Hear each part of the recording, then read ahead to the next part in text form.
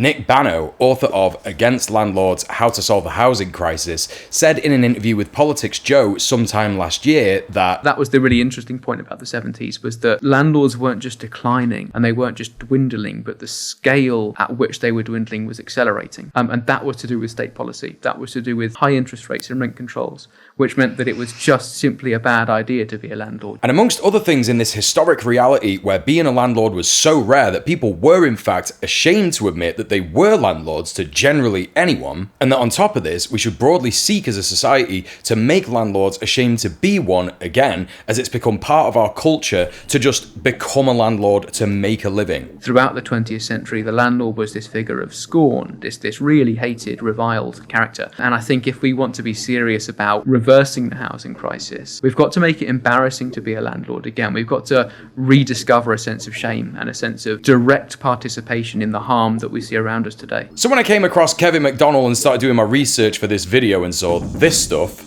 that was mine. That was my deal. Blame landlords for the housing crisis. I think he kind of knew at that point that I was slagging it. How confident you feel you can get a deal done?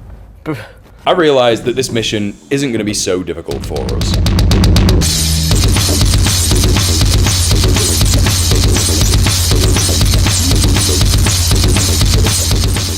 Before we get into this video, I would just like to thank my patrons for supporting me in my content creation. Making these videos is a whole bunch of work sometimes, and I do really genuinely appreciate it that people see fit to pay me for the time I put into making them. I will always do my best to keep making videos regardless, but if you do want to help me out and you do want to see me succeed and you enjoy the content and you do want to pay me for my time that I make to make these videos, then please consider subscribing to the Patreon for as little as £2 a month. It means that I can make these videos more often with better production value. Plus, you get all kinds of benefits and bonus content like my movie reviews and more writing, and at the highest tier, a cool anarchist pin badge and a sketch of your choice in the credits. Head over to patreon.com/DJ Mule and subscribe today, and don't forget to consider the boy. Consider the boy. Look at him. He needs things. What if he had more things? Kevin McDonnell is an evil little stinky goblin man who goes on the internet to tell people that he's a professional property investor and an expert of no money down techniques to acquire property. No money down. No money down. No money down. No money down. No money down. You're just in the first few chapters. Wait, putting no money down for houses? Those things that generally cost around £100,000 at the lower end of the spectrum, you can get those for free? Sounds too good to be true, doesn't it? Well, that's because it is, isn't it? Let's see what kind of advice Kevin gives in order to be able to manipulate reality into the one that he lives in so that this could be true. It is, first of all, pretty funny that in his free guide that he rather cleverly doesn't call a book, unlike someone we know. He says, now I know some of you reading this will be very skeptical, thinking no money down, houses for free? Yeah, right, but keep reading with an open mind. He then goes on to describe rent to rent, a well-known disgusting scheme that absolutely fleeces renters out of more money than they should be paying. Lease option, which is another completely ridiculous idea that I can't believe would ever actually work, where you rent a property but then have an option to buy it at the end of the lease term. How we're coming up with the money for the deposit is not explained. And finally, rent to own, which is an almost impossible scenario where somehow landlords agree to sell their house to a tenant who pays rent for a few years and then has the option to buy the house at a later date. But wait, how is rent to own different than lease option?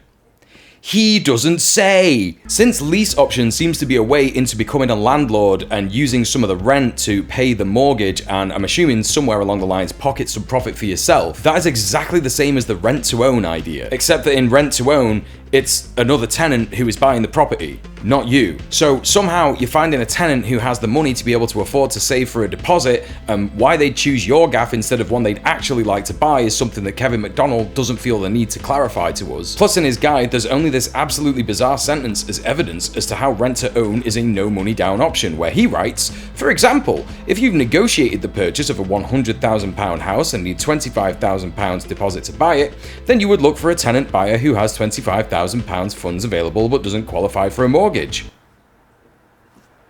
Who is this person? Who is this person that has £25,000 in saving but can't get a mortgage? Sure, there are loads of different reasons as to why lenders wouldn't give someone a mortgage, but in every scenario that I could think of, someone who has 25 grand in the bank does not fall into those categories.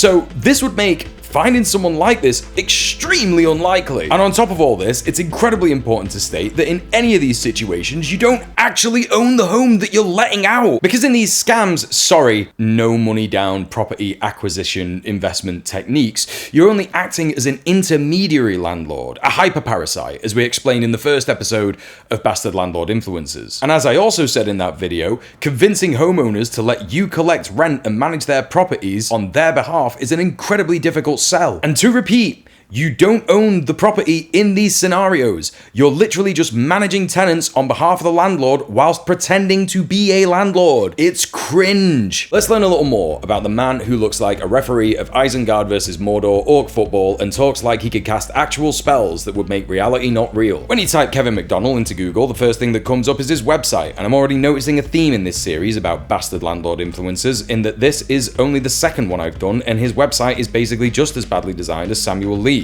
Same boring binary color scheme, some generic photos of him and people at an event of his. There's a subtitle with some information about who he is, reading international speaker, best-selling author, mentor, and professional property investor. Interestingly, a new feature that Kevin's decided he wants on his version of Bastard Landlord Influencer websites is some icons on the sidebar that are about as confusing as the symbols on the Bajoran obelisk of Valhalla when it comes to deciphering what they mean. But luckily, you don't have to have a psychic space brain hemorrhage like Captain Sisko to find out. You could just click on them. Let's say this one that is a rocket, but instead of learning about space landlords, it's about his mentoring course. Okay, I get it. It's like a launch pad for your brain, where you're going to launch off into learning about how to scam,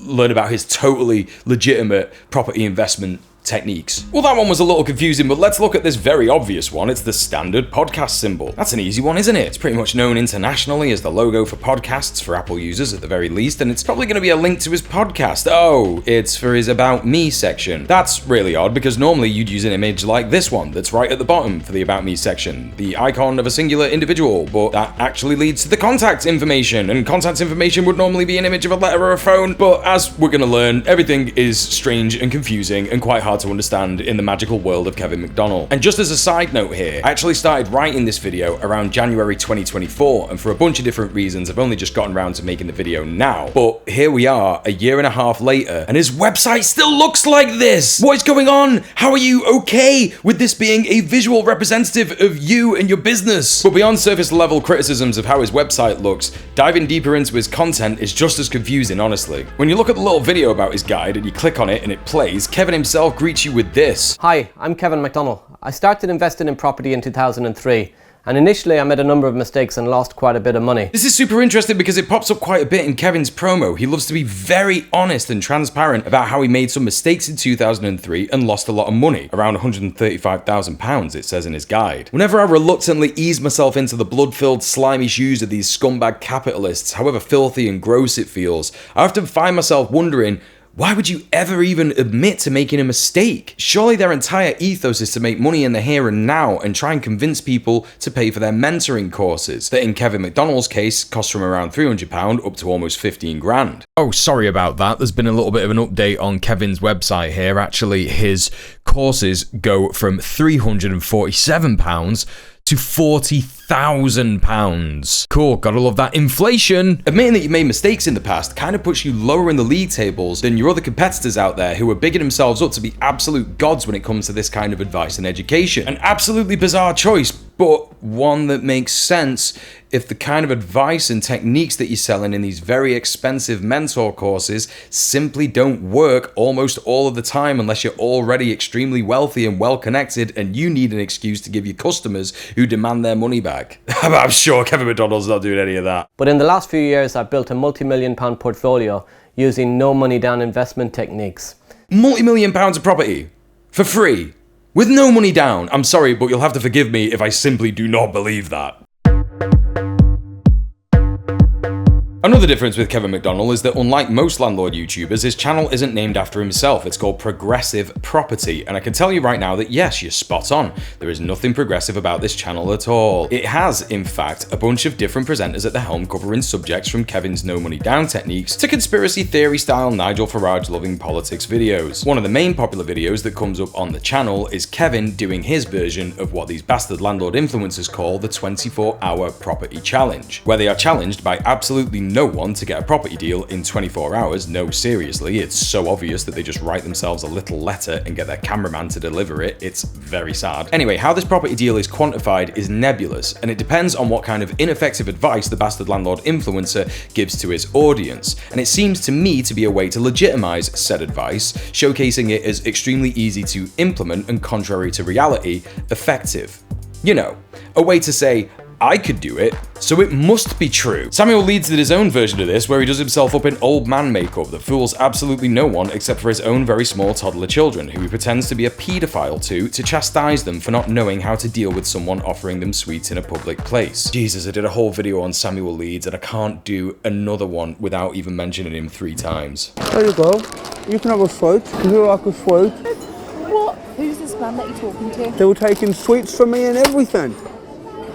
Guys. You don't take sweets from strangers. Well, that's fucked up, isn't it? In Kevin's case, the challenge is, as far as I can tell, to acquire a property in 24 hours using his no money down techniques. So what you're telling me is I've got to get a deal in the next 24 hours. Hang on a second. It's 6:30 a.m. in the morning, so I don't have 24 hours, because how am I going to get a yes at 2 a.m.? One thing before we start, you've got some rules. No contacts, no gold mine area. So this is already all over the place. We can already tell this isn't going to be a very in-depth video at all. Not even really explaining what's going on, extremely hectic editing, and the first thing that Kevin says he's going to do is... So I'm just taking down the phone numbers of all the estate agents, so I've got all their numbers to ring them. I'm thinking about putting an ad on Gumtree. An ad for what? I can just imagine it now. Please, can I have a house for free? Join the club, lad. Just going on Spare Room and arranging viewings of some landlords' houses and then offer them guaranteed rent while I'm there. Okay, so he's doing this fantasy land, low guaranteed rent-to-rent nonsense. Essentially, if you haven't seen my last BLI video, rent-to-rent is a completely far-fetched, unethical and evil subletting scheme where you rent a property and then charge more rent to another person who actually lives at the property while you pretend to be a double landlord. But you don't own the property? So you're not? The funniest thing to me about this rent-to-rent or rent-to-serviced accommodation stuff has always been the offering a low guaranteed rent part of it. Like, who isn't doing that? What tenant is going to a landlord and not offering a guaranteed rent? Of course, it's likely that they're not going to get a low rent, but that calls into question the legitimacy of this kind of a technique. Why is a landlord going to want a low guaranteed rent when they can get a high guaranteed rent? Every single tenant in private rented accommodation is doing this thing, and a lot of landlords require a guarantor, so that's where the guarantee of the rent comes from. Nonetheless, the only thing that's different between this and a regular tenant coming in to rent the property to live in is the suspicious overemphasis on the guaranteed part of the rent, in that McDonnell is trying to get you to sell yourself to a landlord as a property manager, saying that you're going to maintain the property, do all the repairs, and manage the tenants. And yeah, just forget it if you don't really have any experience in doing that, or any way to be able to prove that you have experience in doing that to any potential landlord that you think is going to agree to this deal. Because, funnily enough, Kevin doesn't really talk about that stuff in his videos. And then prefacing this sexed up concept of guaranteed rent with the word low is such completely, utterly bizarre, unrealistic, non-joined up thinking. What landlord is going to want to have a low rent in this insanely overbloated market? Hello, yes, I'd like to offer you a low guaranteed rent so that I can manage your property and collect a bit of profit for myself. Okay. How much profit? I was thinking roughly above the market average. Right, so what you're telling me here is that I could be charging more rent. Okay, let me get back to you on that one, pal. Wait, you don't understand. So really what we're already seeing here is a bit of a twisting of the truth. Kevin McDonnell's channel tells you how you could get a property with no money down, and it's technically correct, but in reality what's actually happening is that you are becoming a hyper-parasite rent-to-rent or rent-to-serviced accommodation landlord and using somebody else's money to pay for the rent and pay for the deposit. But of course, this doesn't actually make you the landlord. It doesn't even make you own the property, as we've already said. One of the things he keeps mentioning in the video is this bit. I don't know the town, I don't know the agents. And this is referring to that element of the challenge being an obstacle. It's a bit odd for him to admit in that knowing people in the business in the area he normally operates in is an advantage in making the kind of deals that he wants to make here. But sadly, the kind of people that McDonnell is targeting in trying to sell his courses and content to are not going to be savvy enough to spot this cock up. This is a similar play to when you get phishing emails, and the obvious graphical and spelling errors make you think, who would be stupid enough to fall for something like this? Well, the reality is, there are a lot of people who aren't clued up enough to spot this kind of a scam. And therein lies the scheme. Just like Kevin, they aren't looking for someone who later on down the line will look at this and go, something's not quite right here. They are looking for someone who is vulnerable and uneducated enough to part with as much of their money as possible. Possible to arrange a viewing? 12 o'clock? Yeah, that'd be perfect. Get in! It's 9:15. Okay, so here he gets a viewing for a 2-bed property valued at around £170,000 at 12 o'clock. Classing it as some kind of win? But I don't really understand how this is a win. Anyone can get a viewing for a property. You just make an appointment with the estate agent, turn up, and if you can't afford the property or your little scheme doesn't work out, you can always fall back on the very normal get out clause of, well, I'm gonna see a couple of other properties today and I'll let you know. And then you could just leave. So I'm genuinely interested to see what he does with this. That would be great, yeah. First agent's done. 2 potential assisted sale deals. She's gonna ring me back.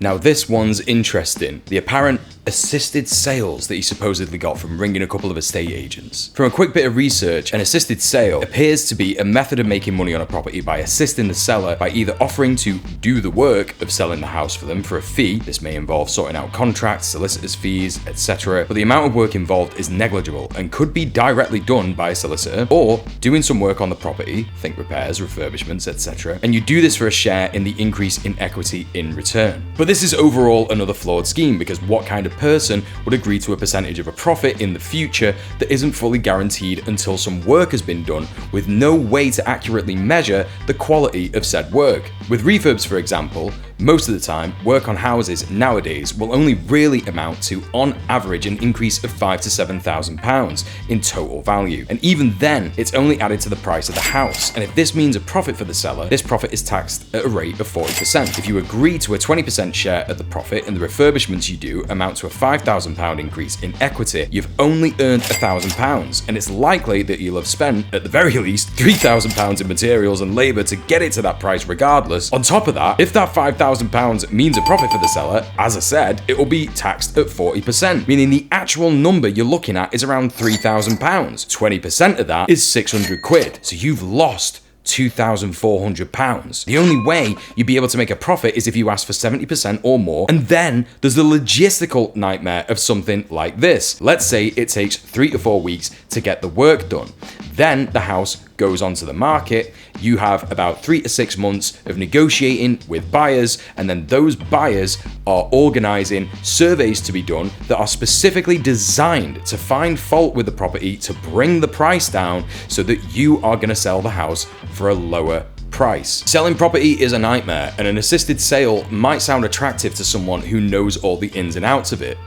But it still begs the question, who is really going to pay someone or agree to a percentage of increase in equity for something that you could just do yourself if you have the time and the money? If you're going to pay £3,000 to let someone do up your house before you sell it, surely you could spend that £3,000 yourself to buy the materials and do the work on your own? No, really what this is an attempt to force yourself into the sale of a property with no benefit for either the seller or yourself.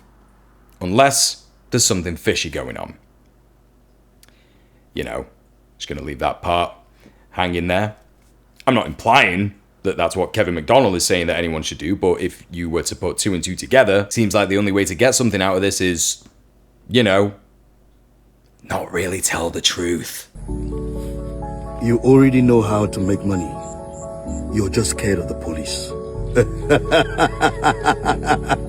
Interestingly, Kevin McDonnell doesn't have any videos on his channel about assisted sales, so we had to check out this other property investing influencer, Jamie York, another unfortunate BLI, and he hits us with this incredible line. Don't let the vendor come back to the property once you've refurbished it. I've heard nightmares of people coming back and going, oh, Yeah, I'm going to carry on living here after you've done the refurb. When looking up more stuff about assisted sales, there seems to be a lot of talk about getting solicitors to draw up watertight contracts and feeling confident enough to be able to go to court to defend yourself, particularly on this post on property tribes. And from what I can gather, this advice is because it's very likely in these scenarios that sellers will pull out of an agreement, leaving you at a loss. And it makes sense. There's very little incentive for a seller to agree to a deal like this, and there's even less of an incentive for someone who might want to get involved in this kind of a scheme to do it anyway. You really don't stand to make that much money, and in fact, as we've already discussed, it seems more likely that you're going to make a loss, unless someone is willing to lie and missell their services in order to try and scrape a bit more money out of this deal. It's completely bizarre advice, and like many of the techniques that Kevin and his landlord influencer mates try and sell you, absolutely unrealistic fantasy land level ideas. I'm not saying it will never work, by the way. I'm just saying that if it has ever worked in the past, it seems far more likely that the people who have agreed to these kinds of deals just don't really know what they're agreeing to. It just isn't that much of a lucrative offer to someone who owns property. And there are certainly probably people who've been desperate to sell property very, very quickly, and they may have agreed to a deal like this out of said desperation. This website, WeBuyAnyHome.com, has a list of things to look out for when worrying about property scams. One of the main things that it says that you need to be asking people who are offering things like assisted sales is for proof of funds. Which I think is hilarious considering Kevin's no money down catchphrase. What happens when people ask to see the money, Kevin? What then? 5 potential deals.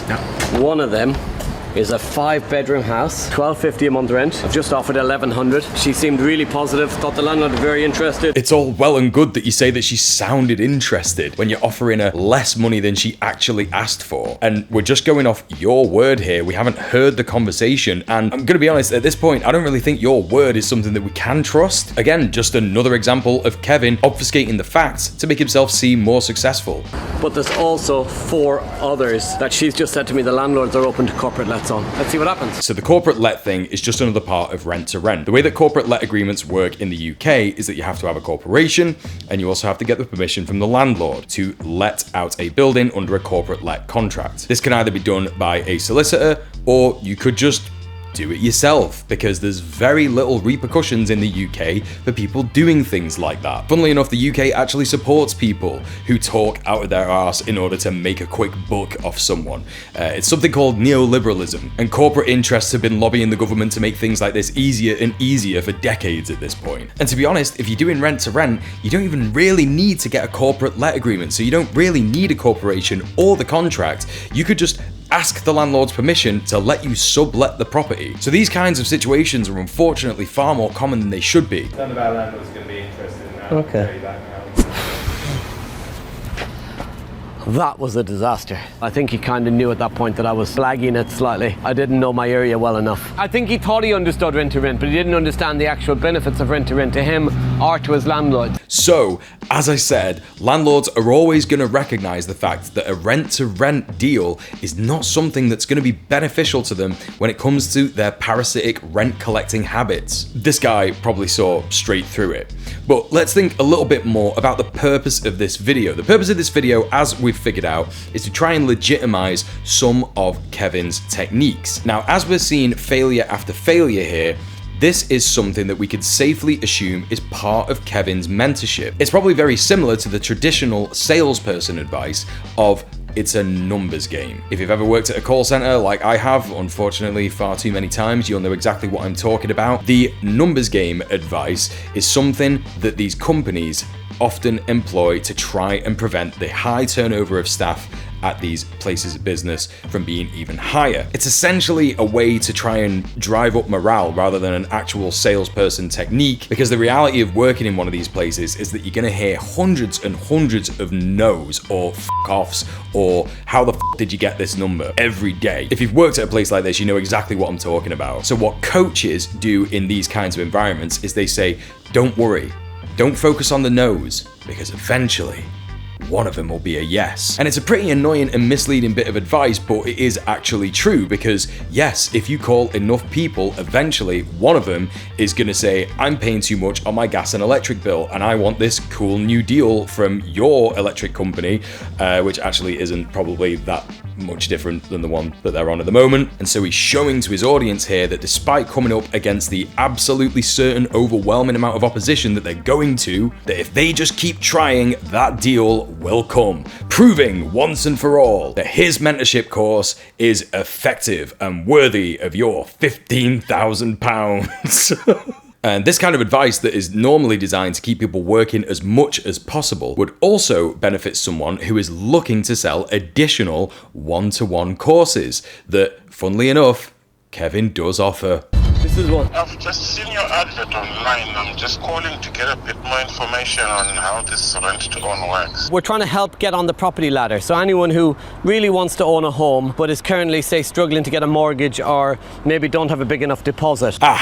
Okay, we're finding out what that Gumtree advert was used for. He's advertising rent to own, a kind of right to buy scheme whereby you enter into an agreement with a landlord to purchase their property for the rent that you will have cumulatively paid. That's the idea of it, but it's legally vague, and probably if you wanted to do anything about it, if anything ever went wrong, it would come down to a civil matter, which would cost a lot of money going through courts to resolve, because it's a private agreement between a property owner and a tenant. And I'm really not sure any laws actually protect tenants in this regard outside of landlord and tenant law, even in consumer law. It's also, again, a little misleading, because there's also a rent-to-own scheme run by the government here in the UK. It's only a little more enticing as Kevin's, as essentially the deal is you pay a low guaranteed rent, funnily enough, to a landlord over a set period of time, which gives you enough time as a tenant to save up money for a deposit for a mortgage. However, the case is most of the time that the rent-to-savings ratio does not amount to enough for a deposit during the allotted tenancy length. Isn't it fun and good that as tenants, we're just absolutely fucked in every single situation? We're never going to own a home. There are, however, regulations on how businesses are supposed to treat customers fairly in this country, and one of the ways that private companies are supposed to do this is by making sure that customers know exactly what it is that they're signing up for. If someone were to be signed up to this rent-to-own thing and it wasn't made clear by the bastard landlord that is selling it that it isn't the same thing as the government scheme, then that is the fault of the landlord, and it is something that we call, in the tenant union world, leverage. Essentially a part of the law that you can use as a group to make demands for compensation or other agreements with a landlord. It's all very frustrating, but the awful thing is that Kevin is trying to get people to rent from him, thinking that he's the landlord. All the while, he's collecting the rent, paying the rent to the landlord, taking a bit off the top, and using that money to buy the house from the landlord in the end. So no money down in this scenario just translates to someone else's money down. If we were to find something where 2k would get you in, would that work for you? In the next couple of weeks, yes. In the next couple of weeks, that'd be fine. And there it is. This man has just got this guy on the phone to agree to a £2,000 deposit for a rent-to-own deal. It's like the Lionel Hutz business card. No money down? No! Money down! The twist is here is that the money that you're putting down is not yours. One of the things I do is I'm actually an investor. Not like most investors in terms of we don't have tenants. No. What we have is tenant buyers. 170 you're looking for. They'd pay the 170. They'd pay it in 3 years' time, but they'd pay, say, $3,000 up front, $4,000 up front, but there'd be no letting agent fees, no maintenance costs. No, I had really good hopes for that.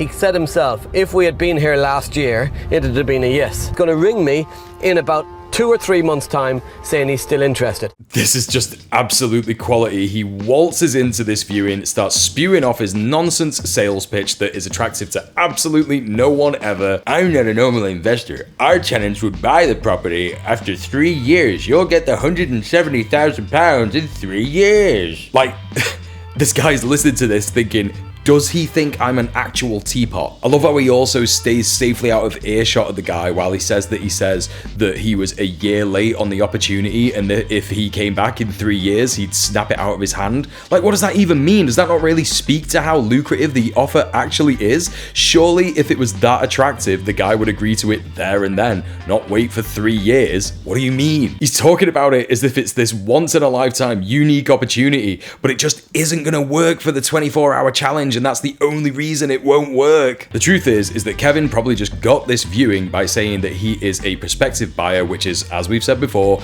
an extremely easy and normal in for most people. And then when he does get there, just blasts the seller with a bunch of different information trying to get him to agree to his dodgy deals. And what do you know?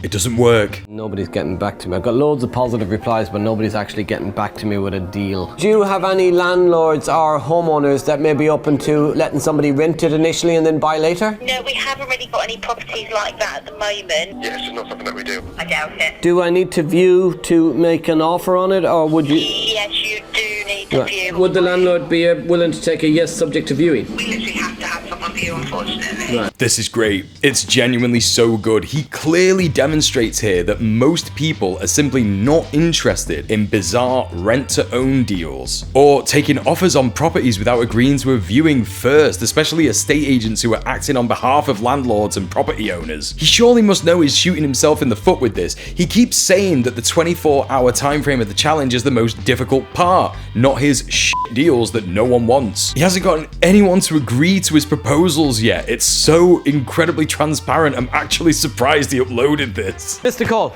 Right. Give me a second. Ring back. Hi, just got a missed call. Oh yes, is that Kevin? Yes, speaking. 30 apartments coming on this week. We're just getting the photographer over this week. 13 apartments. So you would be signing a contract and you would pay the rent directly to us? Yes. Yeah. It's something that we'd potentially be open to working on. Yeah, exactly. So Brilliant. Shall I give you my email address? Yes, please. Yeah, that's great. Get in! 13 apartments directly from a developer. The developer is open to corporate lets. The agent's open to corporate lets. She just wants me to send the contract through. What? Oh, that's weird.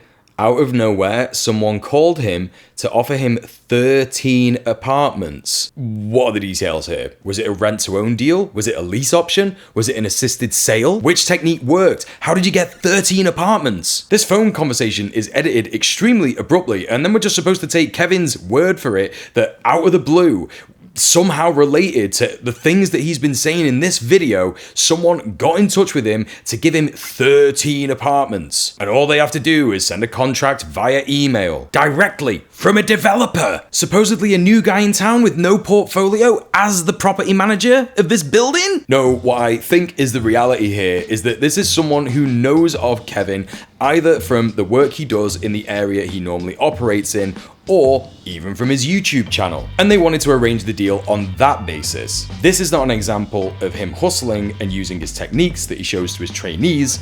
This is an example of a rich person getting richer simply by virtue of already being rich. Just had your text about the interested in the rent-to-own program. Do you mind me asking what you do, Natasha, for a living? Yeah, I work in a shop and my partner catches chickens. We'd be looking at sort of $6,000. Are we just ignoring that? Chicken catcher. Is this a joke? Is this someone pranking him? Is that something that sounds reasonable? Yeah. Another person with at least $6,000 ready to go as a tenant buyer. Long-term rental then. 3 to 5 year lease on one of the flats. We could do a purchase later as well. 100%. We've got another deal! So these last couple of phone calls are just people who are interested in the ad that he put on Gumtree, as he's talking to prospective tenants that he's shilling his rent-to-own deals with. So these aren't deals in the grand scheme of the 24-hour property challenge. What's happening is that he's getting vague agreements from people that he's talking with over the phone that we have no way to verify are actually real tenants, and then claiming them as a deal gotten. This is classic nebulous salesman tactics, trying to get you to buy into his content by declaring himself victorious apropos of nothing. We started at 6 o'clock this morning. It is 7:15 in the evening. That's just over 12 hours to secure the deals. One for 13 apartments, one for one property. I'm done. Wait a minute. You just said you got 3 deals. You got one from the 13 apartments lady, one from the chicken catcher guy, which, whatever, and 3 from this other person called Alex. So what's he referring to here when he talks about the 1-for-1 property deal? I think that in summary, we can gather that this was indeed just to demonstrate to clueless and desperate people that Kevin's so-called no money down techniques work. Most of his audience are hoping to join Rodney and Delboy in saying, "This time next year, we'll be millionaires." The only reason that people like Kevin succeed in their field is through smoke and mirrors, illusion and deceit. The big part of property is that in pretty much every single scenario, you need a deposit. A deposit for a tenancy, a deposit for a mortgage, the money down, as it were. Kevin gets around it in his advice with absolute nonsense like this. You should write down right now at home the 5 people you are spending the most time with. If they are not currently millionaires, you gotta change the people you're spending time with. Hang around rooms with wealthy people. That's classic. Make friends with rich people. Fucking how, pal? Where do you think rich people hang out? Casinos? Fancy restaurants? Really expensive bars? Even if you do manage to get into one of those places, it's going to become very, very apparent very, very quickly that you're just trying to mooch off someone who's got a lot of money, who is probably used to people behaving in that kind of manner around them regularly. And what's more, it's going to be pretty obvious that you're not in the same boat as them when you have to go to the cash machine and realize that you got no more dough left. How in any possible scenario are you going to convince a rich person to go into business with you when you can't even afford the drinks at the bar that you're in? So we can get the landlords to give us a rent-free period to start with to set the deal up. Then you can get furniture from places like Curry's PC World. You can get buy now, pay later. You can get a 0% interest credit card, so 0% on purchases. Buy all of the furniture on a 0% on purchases credit card and pay it back from the rental income in the first 6 months. Ah, yes, of course. How can we be so stupid?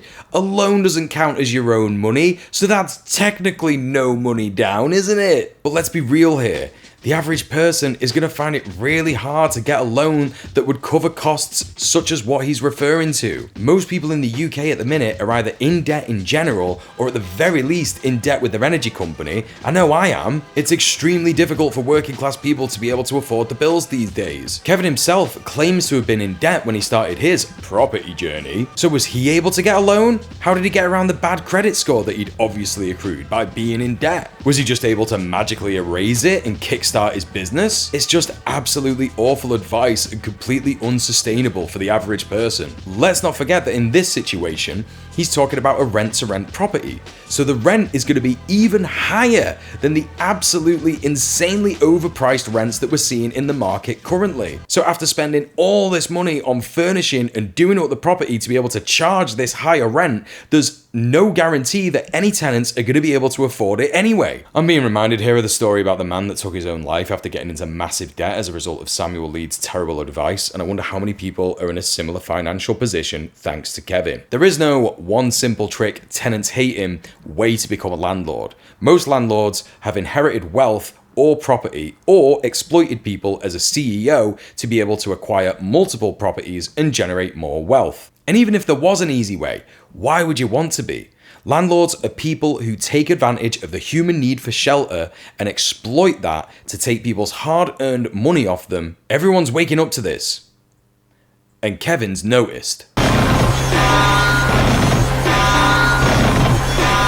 We could talk about Kevin's unlikely to be successful techniques and what he offers as advice to people until we're blue in the face, but some of his other content is just as annoying. Kevin, like other landlords, has started to realise that the broader consensus of society is that they're all bastards, and that no one deserves to be able to hang the threat of homelessness above another human being's head to prevent them from asking for things to be done, such as maintaining and repairing the place that they live in by the person who owns it. So as a result of this dawning on him, Kevin has been seeking out anti-landlord content and reacting to it. Just before we look at it, I want to talk about this concept in a light bit of detail and make some predictions. The idea of anti-landlord content, like this, is to raise people's awareness of the problematic nature of landlords, how they take advantage of the human need for shelter, and how they act in their position of power in society, but also as people, and what they really think of the people whose wages they pay themselves with. for doing nothing. Along with that, normally comes a lot of information about the law and your rights as a tenant, and also the bare bones of what a landlord should be doing to make a property fit for human habitation. So I cannot imagine for the life of me how Kevin McDonnell expects to clap back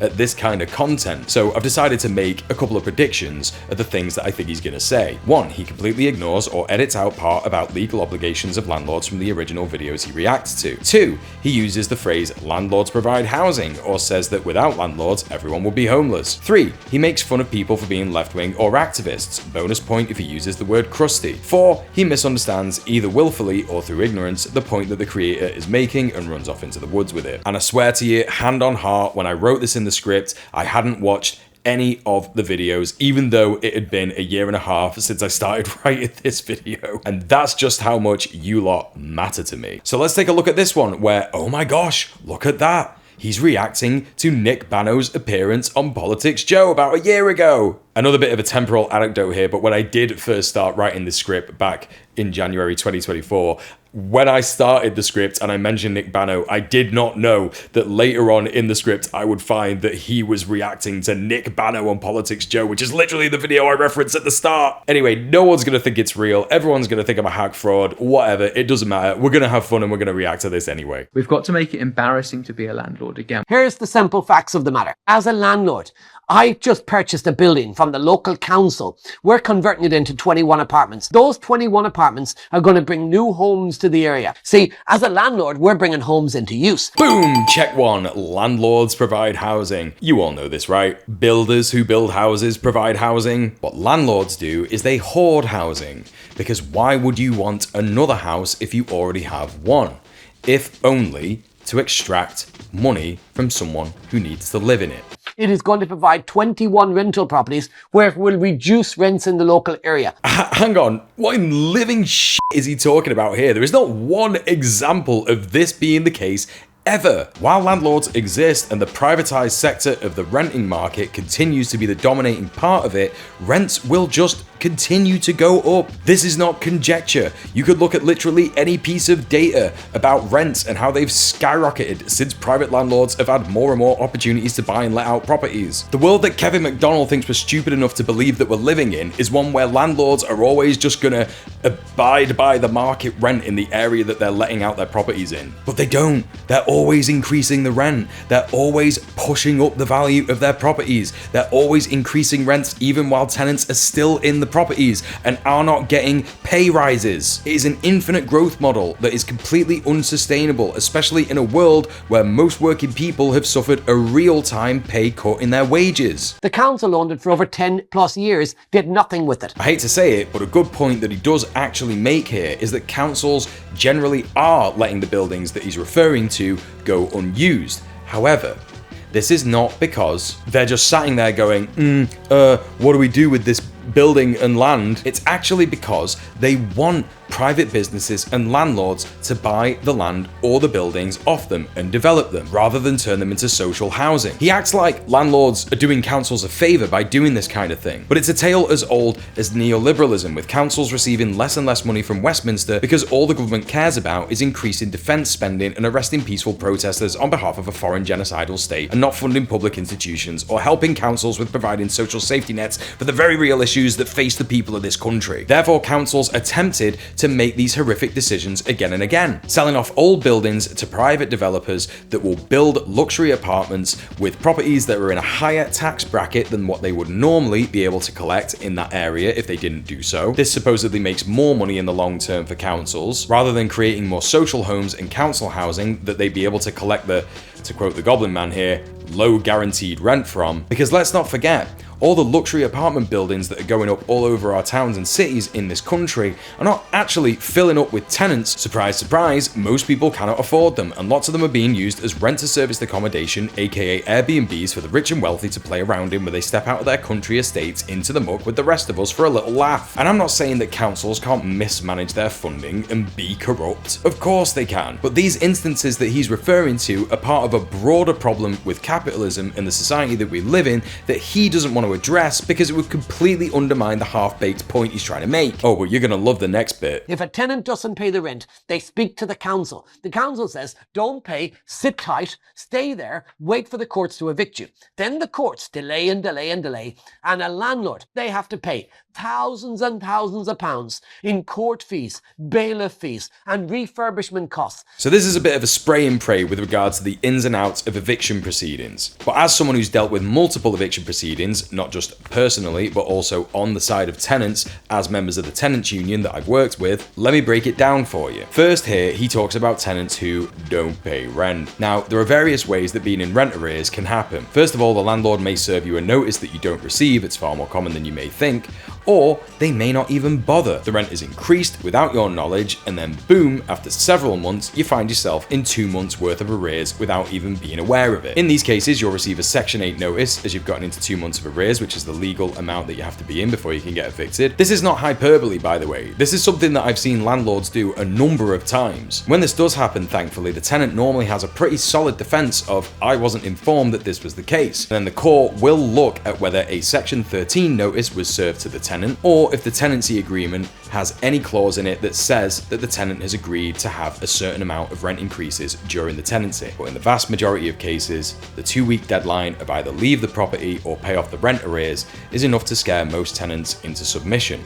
They'll find themselves couch surfing with friends, staying with family if they're lucky, or in the worst scenarios, ending up street homeless, which, as we know, can be a death sentence. So Kevin is actually referring to a process where you could very easily get a possession order, or at least go to court and meet the tenant and try and have some kind of a negotiation with them to get the rent back. County court will often prioritize Section 8 rent arrears evictions over any other kind of eviction, so I just don't know if he's actually referring to tenants not paying rent here. I think what he's actually getting at is Section 21 eviction orders. These are no-fault evictions. Yep, in the UK, landlords could just kick you out of the property for no good reason. It's why the Renters Reform Bill has been such a key part of political campaigning for renters in the last 4 years. The Conservative government ran on it as a key part of their manifesto, and of course, the new Conservative government is doing nothing with it either. Again, focusing their ire and resources on arresting peaceful protesters holding signs under the Terrorism Act on behalf of a foreign entity.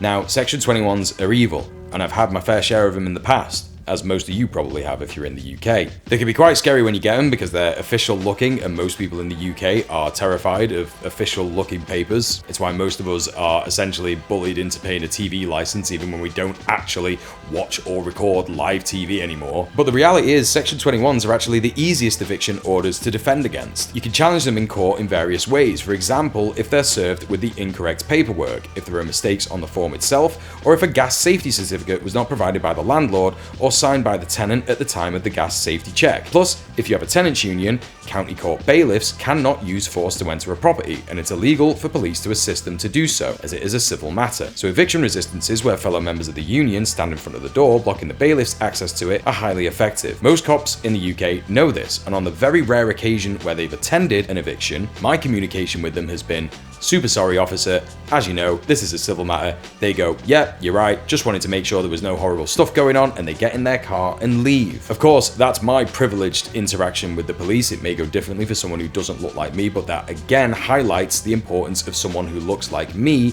to get involved in their local tenants union and help with eviction resistances. Hint, hint. So what I'm getting at here is that Kevin McDonnell has probably increased the rent on his properties. The Section 8s that he's tried to file have failed in the courts, so he's fallen back on Section 21s. And yeah, because there are so many Section 21s being demanded by landlords all the time, there is of course a huge backlog in the courts to grant possession orders for them. Landlords in the UK have been known to do something known as a revenge eviction with a Section 21. This is where the tenant will say, "Landlord, please can you make it so that I can breathe in my home? It is so damp I can swim in the carpet." The landlord will then send a Section 21 request to the courts, the tenant will leave, and they will try and find a tenant who wants to live in an aquarium. So this reality here where he's saying that the courts are on the side of the tenants because it takes so long for possession orders to be granted is actually the fault of the landlords. So it's hilarious, he's literally twisted the truth here and just getting mad because he's not getting paid for doing absolutely nothing. 2.2 million landlords in the United Kingdom. Over 2 million of them own less than 2 houses, 1 or 2 houses. Okay, so let's just move past this sob story here where he tries to imply that somehow 2 million landlords in the UK owning less than 2 rental properties helps his argument. He just admitted that there are 2 million landlords in the UK.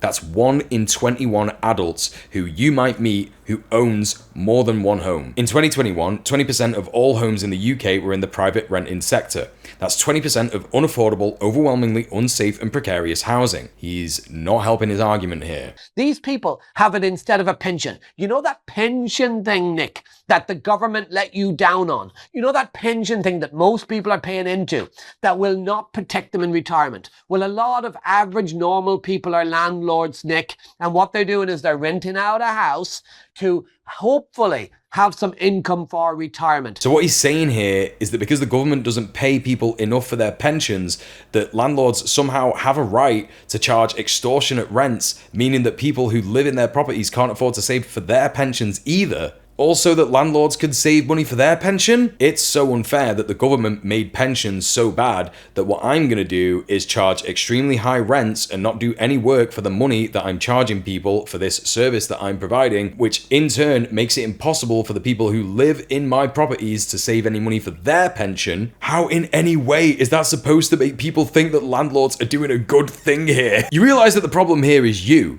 and the government. Not the people who are sick of the government and landlords. And then they rent it to some tenant who doesn't respect their home, who trashes their home, who doesn't pay the rent, who leaves it in a mess, who causes antisocial behaviour because the courts are in favour of the tenant. First of all, the thing that he's referring to here in tenants not respecting the property they live in is such a tired point. If you have enough money to be privileged enough to own a second home and then charge rent for it, which you collect, it is your duty to maintain and repair that property, not the people who are renting it. And if you think that you deserve respect for charging so much in rent and not using that money to maintain the properties that you let out, then think again.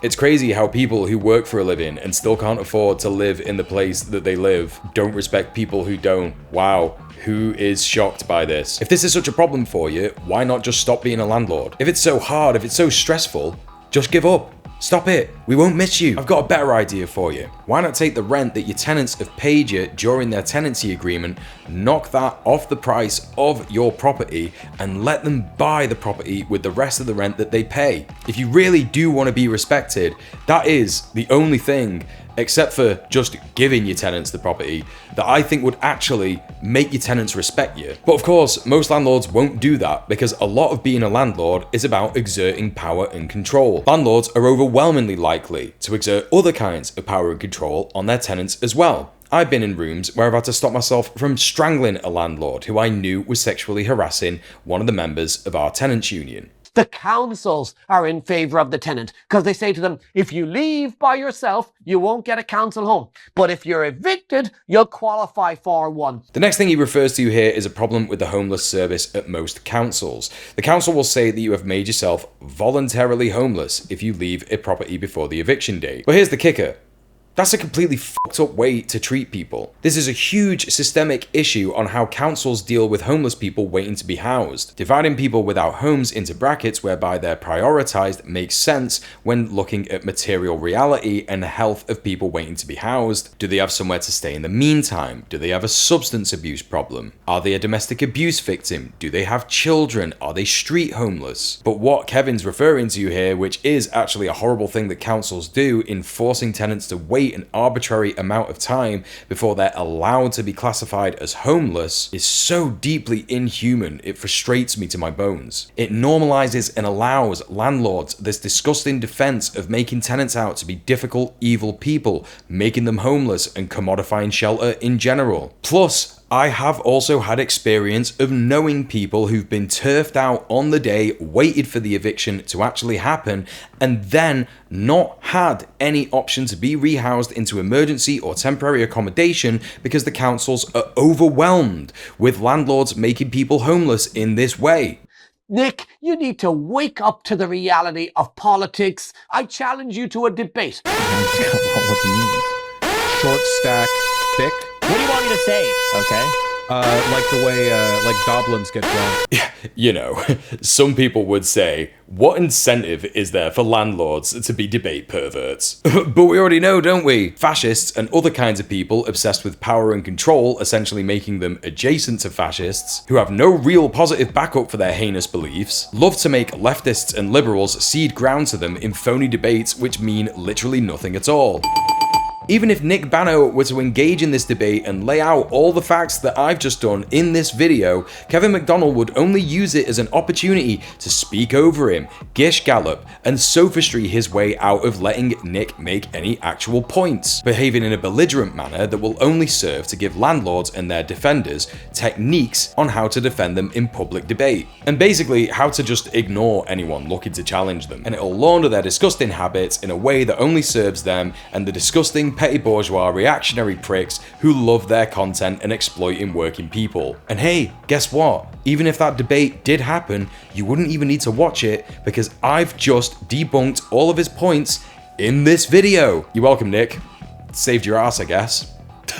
So there's this pro-landlord reacting to anti-landlord content, and it's insidious in the same way that his other content is. But wait, there's more. The name progressive property implies some kind of ability to critically observe and analyse the property market, somehow making what the channel does progressive in that regard. And not only have we proven that this is simply not the case, as all of Kevin McDonnell's content on that is basically nonsense words for idiot men, but also some of his other content is straight up backwards reactionary slop for GB News fans. Unsurprisingly, there's quite a substantial Venn diagram crossover of landlords and people with bigoted opinions, and this content is here to prove it. Let's look at this staggeringly horrific video titled "Asylum Seekers are Causing the Housing Crisis." Now, the best stories we ever get for this programme. Whoa, so we're kicking off straight up there with a huge Farage visage. Great start, and apparently this fresh-faced and never-been-chinned Tory boy is going to tell us about a local story from Farnborough. Billed as brand new 1-2-bedroom, 3-bedroom apartments in the heart of Farnborough. There's a block of 113 of these. They've been withdrawn from the market in recent weeks. Why? Because the Home Office has taken them over, taking the whole property over to house what's expected to be up to 300 asylum seekers. So what this story is attempting to legitimise is the contemporary right-wing lie that hordes of asylum seekers are crossing the channel and creating the housing crisis in Britain. And of course, landlords love that because it completely exonerates them from any guilt for having caused the crisis in the first place.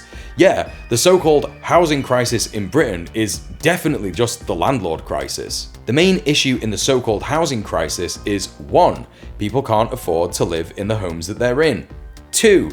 People can't find a home to live in. Both problems which landlords are responsible for by hoarding housing and making house prices unaffordable, plus making rent unaffordable. The first part of this lie is that there is an absurd amount of asylum seekers coming to the UK, easily debunked with the smallest of Googles, where here the gov.uk website tells us that in 2024, approximately 100,000 people claimed asylum in the UK. These are also, of course, only claims numbers, not accepted asylum cases, and many of these people will be temporarily housed in hotels while their claims are processed, and could be potentially deported if their claims are not accepted. Not only that, but it's becoming increasingly likely that they could be burned alive in there by the fascist bigots who are currently attempting pogroms outside these hotels all over the country. We're going back to the numbers for a moment here. Comparing this to other population increasing numbers, there was approximately 600,000 babies born in 2023, which is apparently a new low, with the most babies being born per year in recent history being 700,000. The number of asylum seekers is really just topping up the overall normal population increase of the nation. Surprisingly,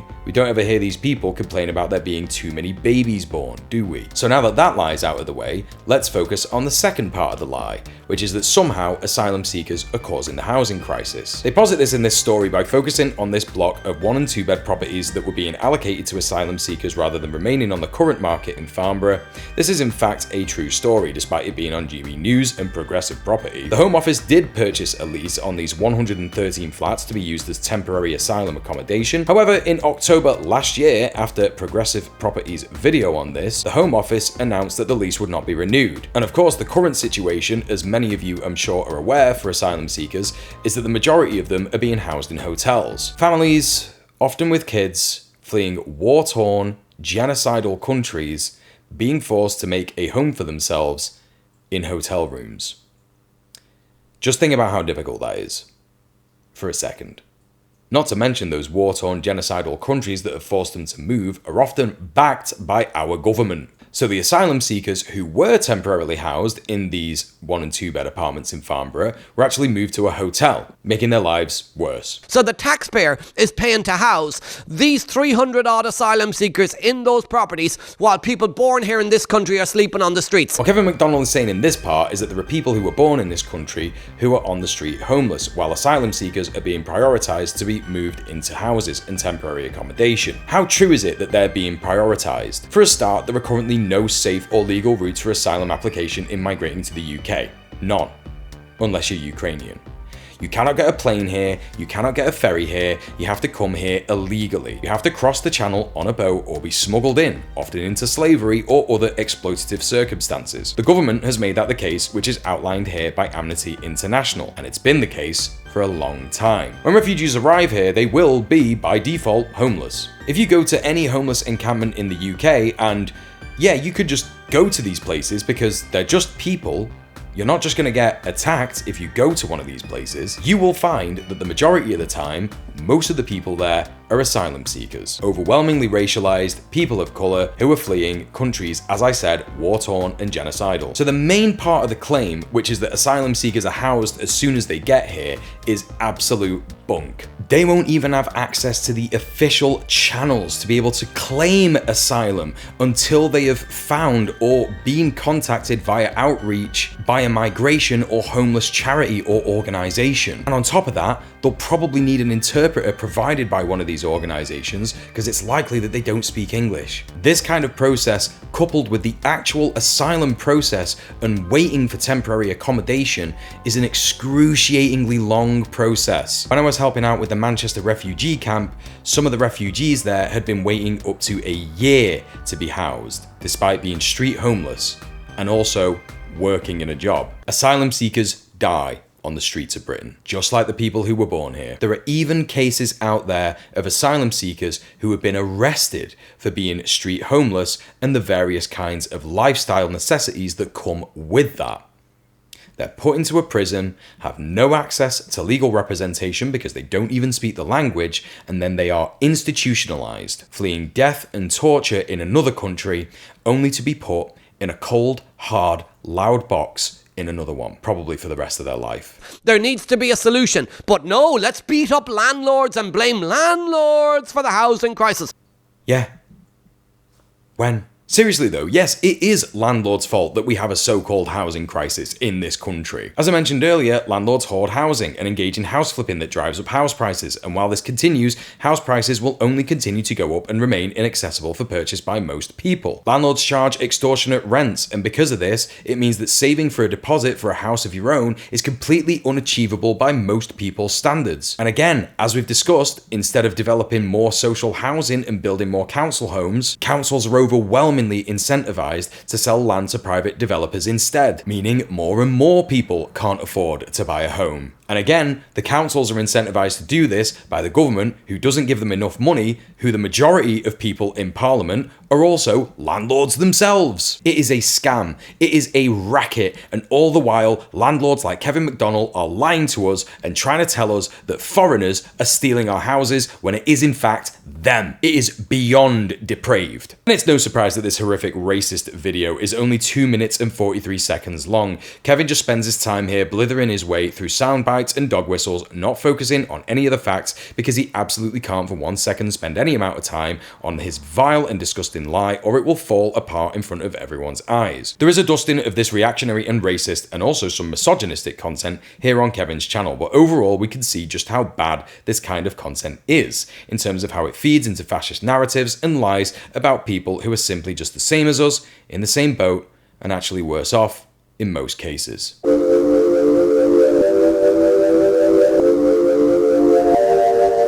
Well, here we have it, peeps. Another landlord influencer, convincing gullible people that it's not them who are the problem, exploiting people, giving dubious advice, and on top of all of it, being racist about it. However, I do know that some of you may still think after all of that these guys are generally harmless, that they couldn't possibly be harming anybody. The reality is that I've seen with my own eyes and heard with my own ears and felt with my own heart the harm and suffering that this guy has caused. Let me introduce to you Dominique and Jay Dante, tenants of Kevin McDonnell's estate agent expert property shop. Kevin's company refused to deal with all the incredibly dangerous disrepair in Dominique's home, causing her and her son life-changing problems that extremely damaged their futures. Jay took a trial.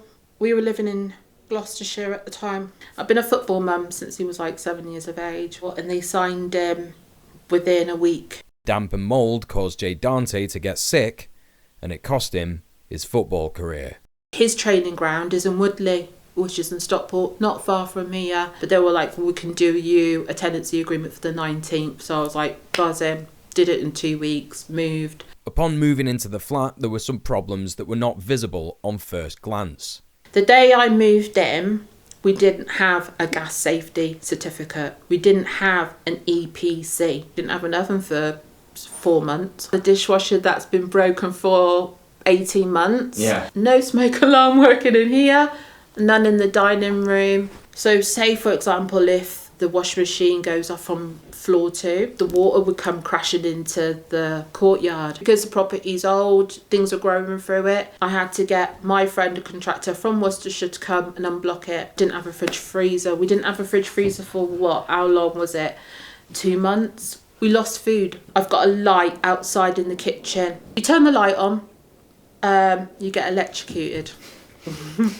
So they said, oh, we'll just change the switching and the mechanism and whatever.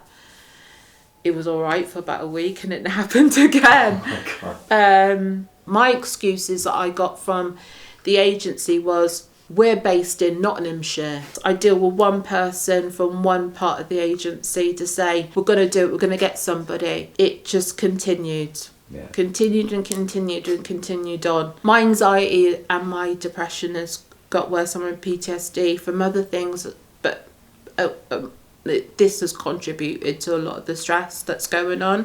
I'm protective of me, I'm protective of my son. I'm just one of those kind of people. Luckily, with the help of Greater Manchester Law Centre, me and a couple of other activists from Greater Manchester Tenants Union helped Di and Jay resist an eviction order from Expert Property Shop. Funnily enough, this is because the judge believed that Expert Property Shop had actually forged Dominique's signature on a gas safety certificate. But even if it wasn't for that, Di's actual landlord, the person who owns the property, lives in Macau and did not authorise Expert Property Shop to represent him in court. But even if he did authorise him to represent him in court, they didn't even turn up anyway. Now, I don't know if this is true, but it's my theory after looking at all of Kevin McDonnell's content and understanding this case on a personal level, that what I think has happened is that Kevin met a foreign investor at a housing auction. He completely blagged his head with all of his no money down offers, and either because this guy just wanted him to shut up or he didn't fully understand what he was getting himself into, he agreed to it, signed some papers, and boom, before you know it, he's getting some rent sent to him every month, and Expert Property Shop are cutting a nice fat profit for themselves off the top. Now that the foreign investor has gone home, however, there's no real way for Kevin to actually act as a landlord on his behalf. So what we have here, if this is the case, if my theory is correct, definitive proof that Kevin's no money down property acquisition techniques still don't give you the same rights as a landlord and do not legally make you the owner of the property. Landlords, especially landlords who are making this kind of content, are exploitative, misleading, and do genuinely end up causing suffering and pain to real people like you and me. There is a reason as to why tenants unions have been popping up all over the country over the last few years. In fact, there are tenants unions popping up all over the world. If you are in any of these areas, please join your local union and help support them in growing and holding landlords to account and protecting each other in solidarity as tenants in order to build tenant power and make a real change in this country and the world. Landlords are terrified of us coming together and fighting for our rights because it means that they might have to get a real job. Thank you so much for making it to the end of this video. It really means the world that you enjoyed my content this much. Please let me know your thoughts down below in the comments. I'm always really inspired and intrigued to see what people think of the takes I have in the videos I make. As I said earlier, head over to patreon.com/DJMule and please consider subscribing for as little as £2 a month. Every little helps, really makes the difference for me in my day-to-day living costs. But if you can't or don't want to financially support me, please head over to those free buttons, the like and the subscribe button, and head down to the description and check out all of my socials and check out all the free content that I have down there as well. And make sure you take time to check out my Twitch streams. If you're around Monday to Thursday, 7 PM UK time till late, I stream covering a wide range of topics, including current news, related politics, landlord brain rot, and just regular brain rot. And at least one stream a week, I will actually just have some fun stuff for us to look at. And if you don't have time to check out my Twitch streams, make sure you head over to my second channel where there are a bunch of edited down Twitch highlights that you can check out and enjoy on your own time. And also don't forget to check out Red Planet, the commie roundtable I co-host almost every Sunday, where we talk to organisers and activists on how to make the world a better place. And again, thanks so much for watching. See you in the next one. Peace.